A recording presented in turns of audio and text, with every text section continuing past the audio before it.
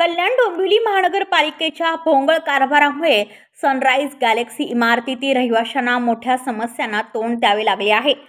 पिण्याच्या पाण्याच्या नळातून अस्वच्छतेचे पाणी येत असल्याने इमारतीतील अनेक नागरिक आजारी पडले असून त्यात लहान मुलंही समाविष्ट आहेत।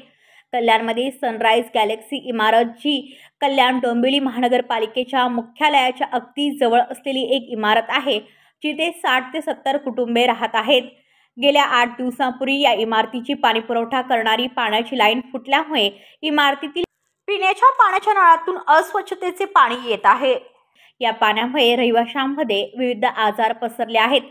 काही जणांनी रुग्णालयातही उपचार घेतले आहेत। गेल्या 8 दिवसांपासून या इमारतीतील रहिवाशांनी अनेक तक्रारी महानगरपालिकेकडे केल्या आहेत, मात्र याबाबत संबंधित अधिकारी व पालिका कर्मचारी दुर्लक्ष करत असल्याने या इमारतीतील रहिवाशांना धुणे भांडी करण्यासाठी टँकरचे पाणी विकत घेणे लागत आहे आणि पिण्यासाठी पाणी देखील दररोज 300 ते 400 रुपये खर्च करून विकत घ्यावे लागत असल्याने खर्चात मोठा ताण आला आहे।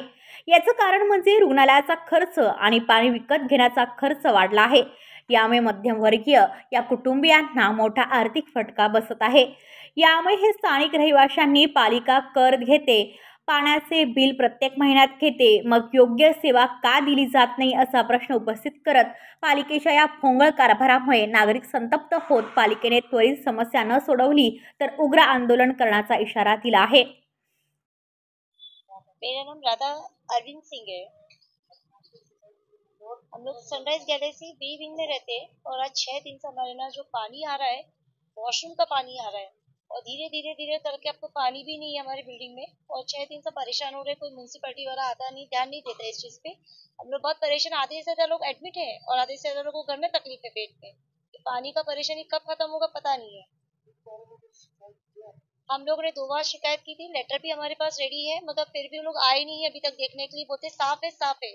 अब कितना दिखाने का, पानी हम लोग रोज लेके जाके म्यूनसिपैलिटी में दिखाते हैं, मगर अभी तक एक्शन नहीं लिया उस चीज पे। मैं बिंदु ठक्कर बोल रही हूँ, सनराइज गैलेक्सी में रहती हूँ।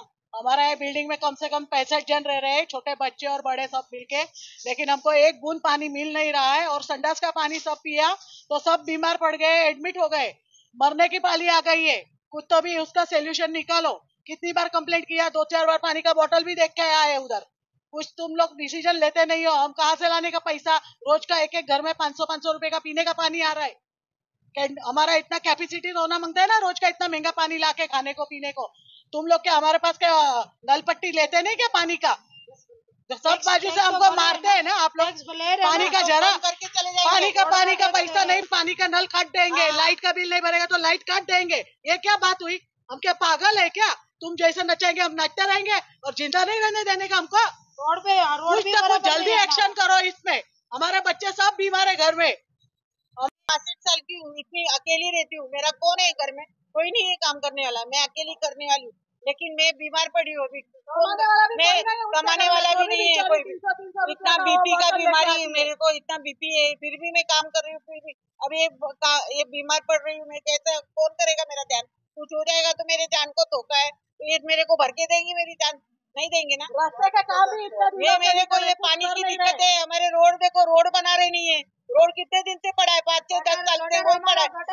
थोड़ा ही तो आधा रोड बना के आ रहा है, पी के सब बीमार हो रहे हैं। मेरा हस्बैंड खुद बीमार है और ये पानी देखो, पानी की हालत देखो। 10 मिनट का रास्ता है म्यूनसिपालिटी का, वो लोग आके देखे जा रहे, बोले अच्छा आ रहा है पानी, ये पानी अच्छा आ रहा है। ये बच्चे लोग बीमार हो गए तो डायरेक्ट हॉस्पिटल में एडमिट होएंगे ना, आईसीयू में जाएंगे। इसका जवाबदारी और इसका कौन लेगा, कौन बोलेगा इसका? दवाखाना का बिल कौन भरेगा? बताओ ना हमको।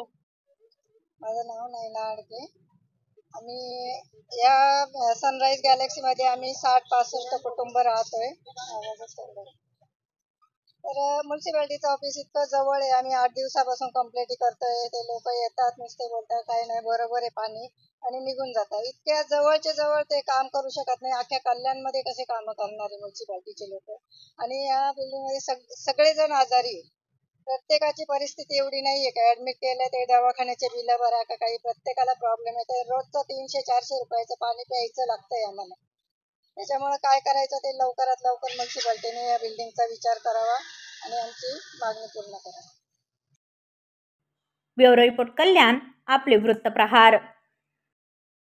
तुमच्या आजूबाजूला घडणाऱ्या घटना पाहण्यासाठी आपल्या वृत्तप्रहार वाहिनीच्या यूट्यूब चॅनलला सबस्क्राईब करा.